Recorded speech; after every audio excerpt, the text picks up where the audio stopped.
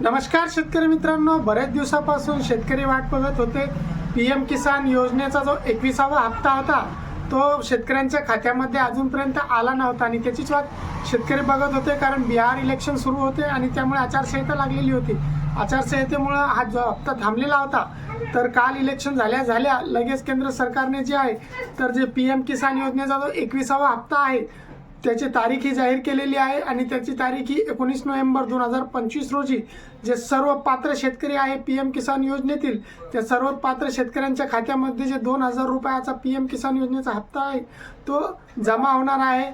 अशी अतिशय महत्त्वाची आणि आनंदाची शेतकऱ्यांसाठी जी एक गोड बातमी आहे।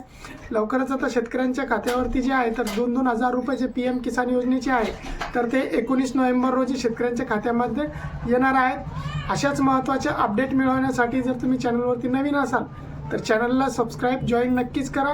जय हिंद, जय महाराष्ट्र।